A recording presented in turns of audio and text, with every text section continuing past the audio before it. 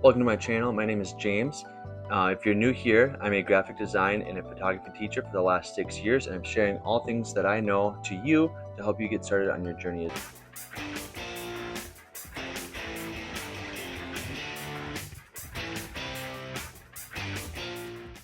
Today we're going to take a look at DxO's Nik Collection 9, and I know that if you're a photographer, you've tried grabbing overlays to kind of change the characteristics of your photo, right? Maybe you want to make a photo antique or make it look like it's torn or something like that. You've gone to this website and grabbed an overlay, or over here and grabbed an overlay, or grabbing overlays over here, grabbing overlays everywhere. And I'm going to show you how DxO's Nik Collection totally takes that struggle and that juggling, that mess all away for you.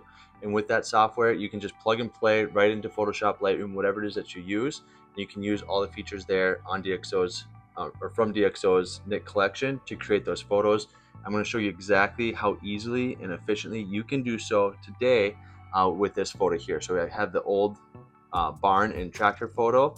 I'm going to turn it into this kind of antique rugged photo here. So let's dive in, showing you how easily it is. If you decide that DxO is the right product for you, you can go to their website, order any of the software that they have, and use my code Holworth15 and save yourself 15% at checkout at no extra cost to you.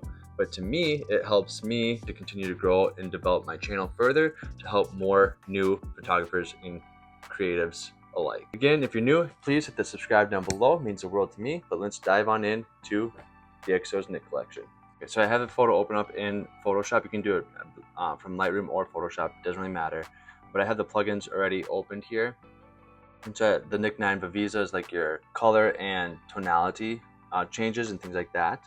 I'll get into that in a different video.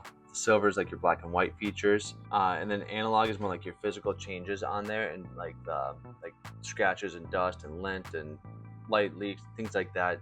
More of the physical changes that you could anticipate on an older photo. And then the color effects is where we're going to start. And it's just kind of color filters and options that you can apply over your photo here. So I'm going to start here by going to color stylizer. I'm going to hit this drop down. I'm going to hit the plus so that it adds it to the side. And here I'm going to go like this soft one there. And I'm going to I double clicked it, I guess. And then I can lower the intensity with that opacity. And then you can change some of these as well. And I'm going to keep scrolling down. So there's tons and tons of things that you could get into. And if I went into every single one here, it would take me probably 2 or 3 hours on just this alone. But save you the time and me the time. We're just going to kind of continue going through. So the next one I want to look into is vintage. And again, my goal here, add vintage, is I want to make this photo look like an antique photo, make it look like it's been around for 50, 60 years. I think that looks really good just as it is. Maybe lower the opacity a little bit here.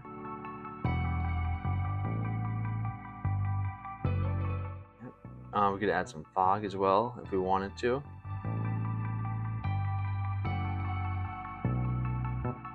And then it also has somewhere where it's just like a generic old photo that I want to go into, since I'm trying to make it an old photo, right? So I'm going to use this one here, and then I'm going to lower the opacity down from there. So as I show my before, my after, it's already transforming very quickly, besides my misclicks and things like that.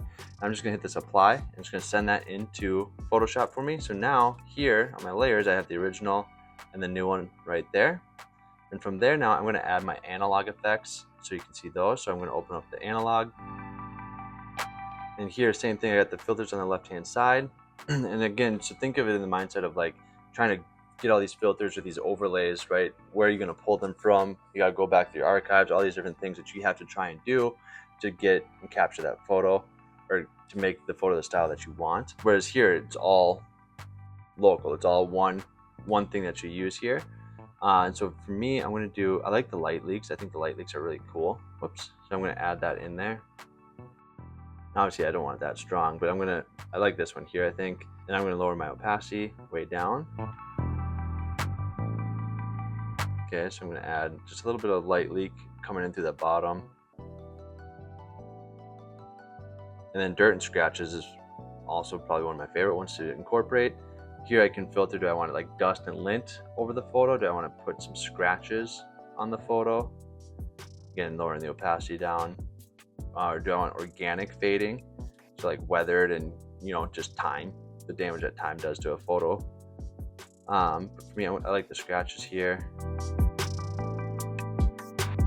I like this one here, I think. I'm gonna lower this opacity down.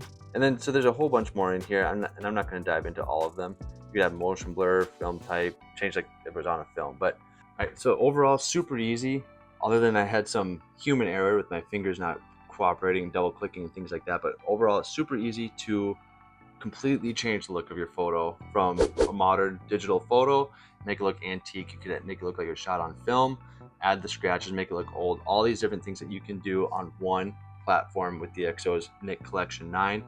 And it's an awesome software that we only scratched the surface here today. There's a ton that you can do to it. Like I mentioned earlier, I could spend hours showing you all those different filters and things like that.